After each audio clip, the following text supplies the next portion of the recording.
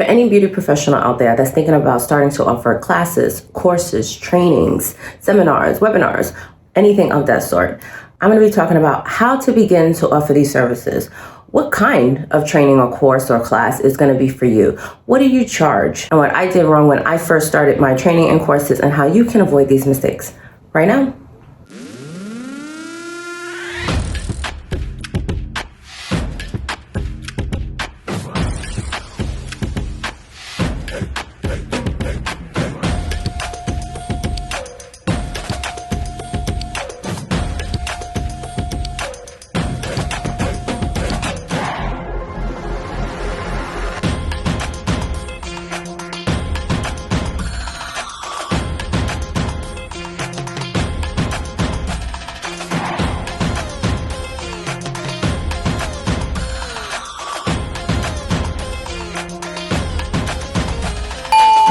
Hey guys, welcome back to my channel. If you are new here, what's up? Don't forget to hit like and subscribe. And do not forget to hit the notification bell so you can be notified when I post new videos every week.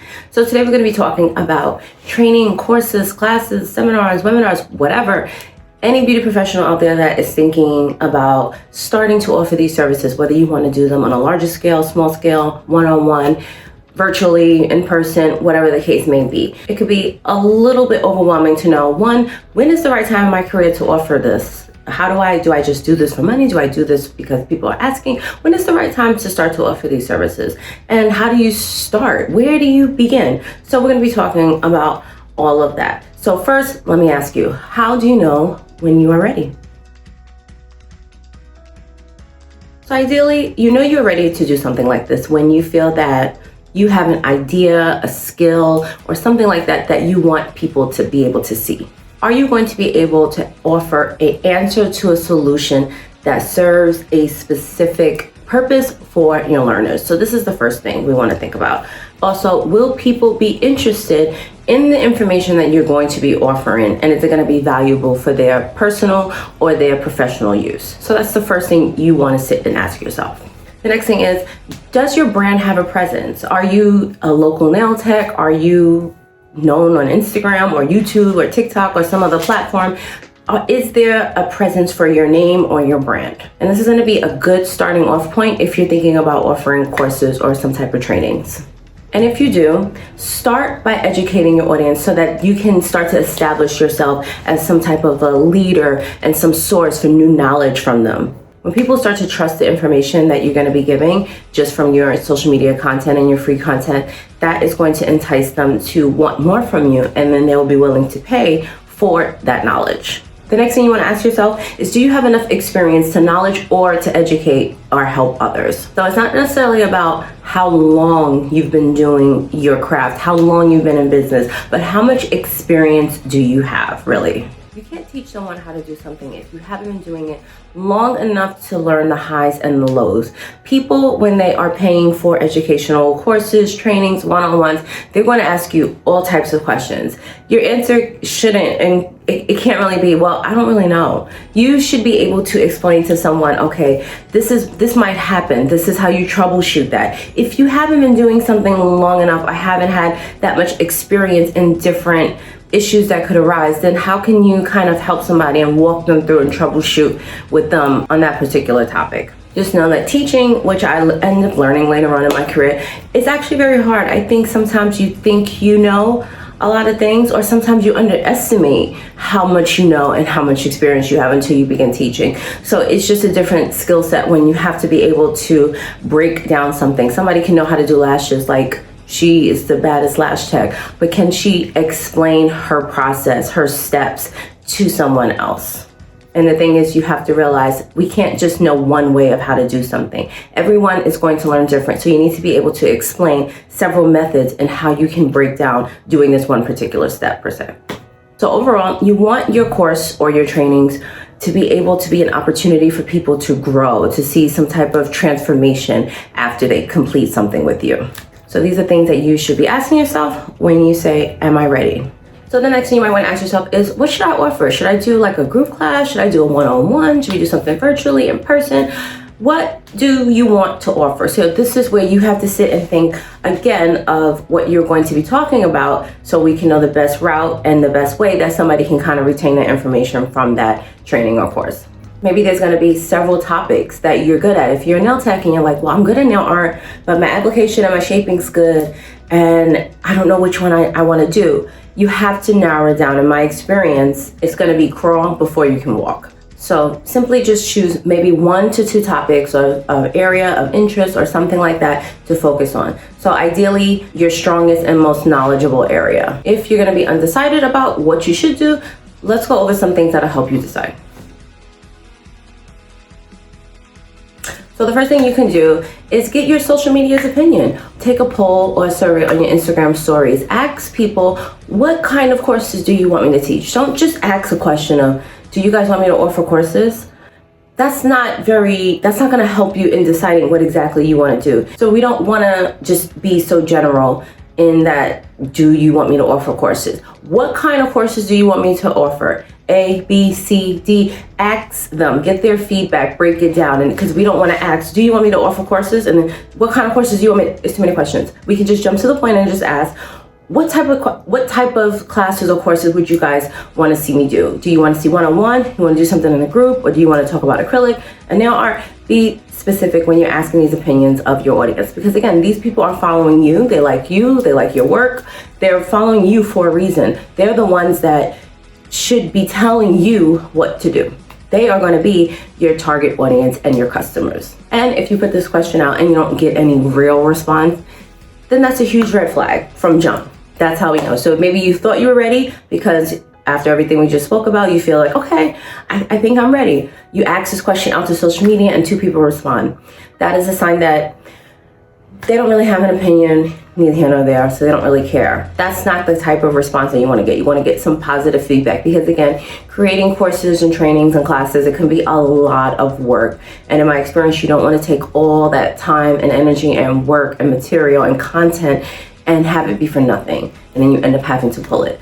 So ask your audience these questions. And if they don't respond in a positive way and you don't get that great of a response, then that's a red flag that maybe now is not the time. So another thing you want to ask yourself is, has anybody ever come to you and asked you for help in a specific area? Has somebody come to you and say, you're really good at nail art, or DM'd you? Does this happen a lot? I mean, not once or twice, but has this happened enough that maybe it got you started thinking, should I offer training or courses?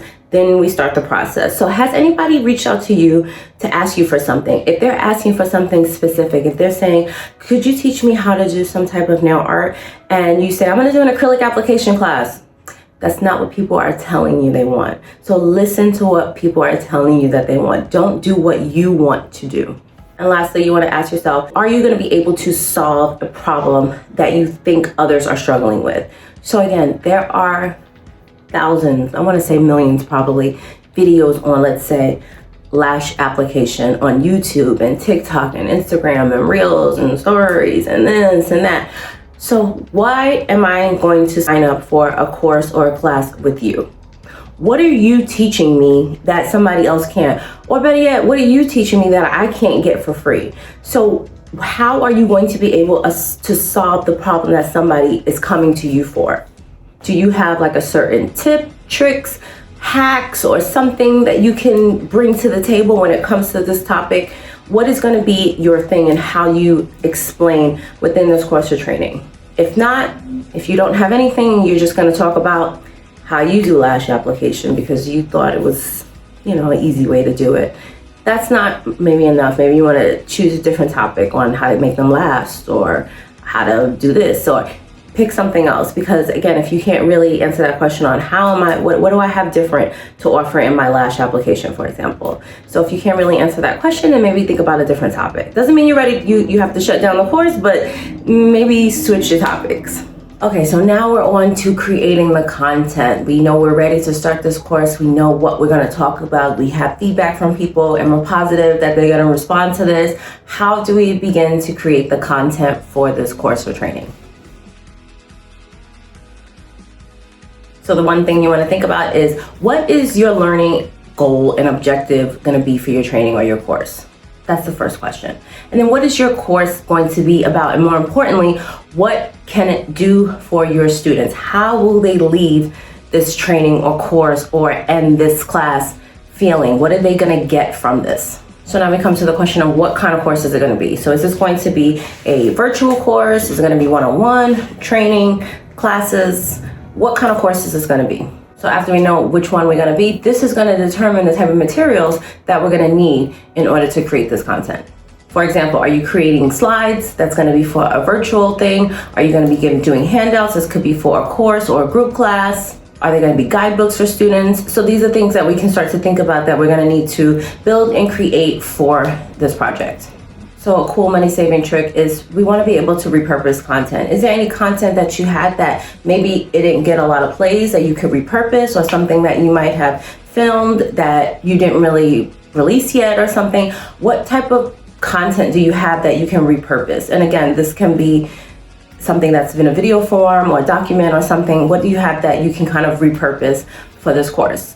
And also, what supplies? If you're going to be doing demos and such, are you going to be able to use the supplies that you already have? So we are creating this thing, but we always want to make sure we're kind of not investing a whole lot of money into something that if we don't know it's going to be like super successful. So if I'm going to be doing a demo for a live virtual class, I could use the stuff that I already have. So it's not going to cost me any real supplies on my end to actually do this demo. And the one thing I can stress is do not go out and buy a whole bunch of stuff for a kit or something and you have no idea how this is going to sell. That is a huge mistake. You don't want to invest in a whole bunch of money and then you're stuck with all this stuff when no one signs up or not as many people sign up as you thought. So really quickly, I just want to give you a couple tips that I have for if you're going to be creating some type of course that involves a kit. So one, once you create your course and you have everything outlined, you want to make sure that you want to think about the supplies that your students are going to need in order to complete the course. And that's going to establish what you're going to be needing for your kit. Then after you have your course sign up and everything, you want to make sure that you have a cutoff time, because if I have a cutoff time, I can say, okay, it's going to end on April 1st and the course doesn't start until the 15th. So then I can get the supplies for the people that signed up. I'm going to see who signs up first before I go out and buy a bunch of stuff to make these kits for the class. And always remember to think about your supplies when you're going to be pricing. Okay, now back to what I was saying before. So also we want to think about the following also when we are creating our content. What is the process that your students are going to go through during the training or course? Is it going to be kind of a scheduled lecture, demo, assignment thing? Is it going to be just to simply watch me while I talk, a Q&A? What is the process of the course going to be? How is the format going to be laid out? And that will also help you think about the time frame. You have to time accordingly when you are doing any type of courses. And this could be virtual, in person, group, or anything, especially in a group. So we want to make sure that we are timing the course accordingly, because remember, you don't know the people that are going to be signing up for your course. So you're going to get some people that might be advanced and some people that this is the first time they've actually held an acrylic brush. You have to be able to time for that slow person. So it might sound like a long time, but I mean, a new student, somebody that's not familiar with acrylic, to do 5 fingers, it could take them an hour and a half. You have to be realistic. So don't sit there and under time your course thinking, okay, well, somebody should take about 45 minutes to do this, 30 minutes to do that. We always want to overestimate, because again, you might end up with a group of mixed people and skill levels. So we want to make sure that we're timing accordingly. So pricing, how do we price our courses? So you obviously want to make money from your course, obviously. And then you also want to be able to price it so that people can afford it. So how do we price something so that we can have a successful course? So let's go over some things when it comes to pricing. So the first thing is you want to think about is, what can your audience afford? You know your audience, so you have a general idea of the following that you have. What are they going to be able to afford? Because we don't want to price our course so high just because I saw this and that person do this and that, and now all of a sudden I'm charging like $500-$600 for a course that people following me can't afford. Because what's going to happen? They're not going to be able to pay for it, and they're not going to take it. They say, I'll catch you on the next one. I just can't afford it. So that was something that I saw when I did my first course of training. You know, you don't want to price something too high, but then again, we don't want to underestimate ourselves when it comes to the pricing too.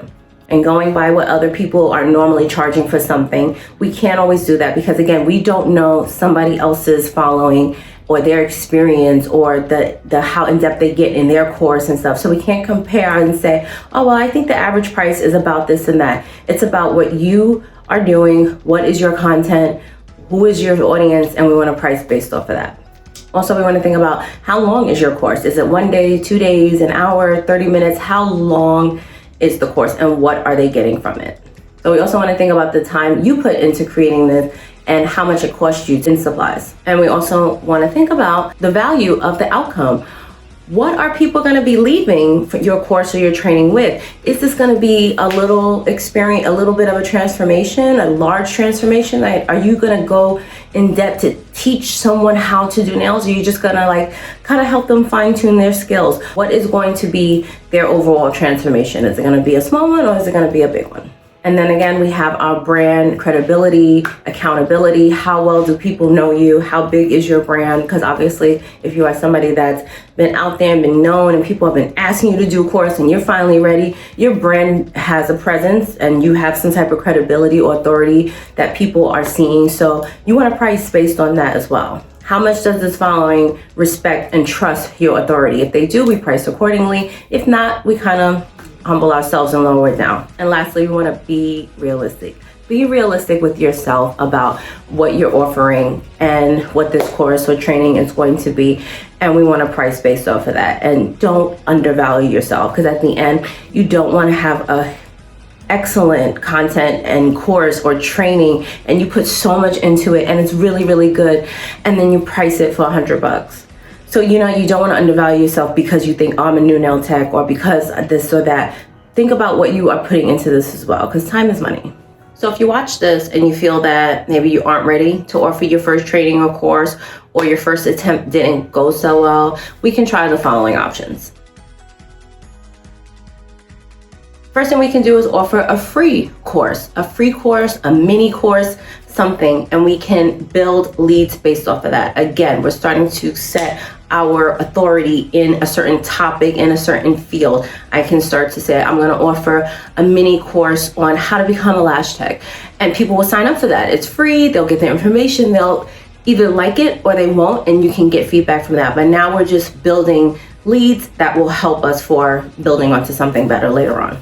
And also, this is going to be a great way for you to begin to showcase and tell people who you are, what you have to say, and share your knowledge with them and build that trust. Or if you're somebody that already has a course and it's not doing that well, or you tried to run one and it wasn't running that well, we can still create a free or a mini course, and then that would be a good potential to pull in those leads and then upsell to that course. So we're still going to push that course, but we can create something small and free. They'll get a little taste of what you have to say, what you have to offer. And now they're interested in that bigger course because now they want more from you. Okay guys, so I hope this information has helped you. If you're out there, some type of beauty professional, and you're wanting to start your own training course, one-on-one, or your class, there's definitely room for it. Think about how you can excel in a certain topic. What is your audience asking you for, and go for it. I mean, all we can do, honestly, is try. The worst somebody will always tell you is no. And that's it. We can put something out there, it won't do well. I tried something, it didn't do as well as I wanted it to, and then I had to switch something up. So, it's always going to be trial and error, but we have to do something in order to see if it's going to be successful or not. So then that second attempt, we can go hard and we can make sure that it's going to fit. So if you like this video, please give it a thumbs up. Do not forget to like and subscribe, and I will see you next time. Bye.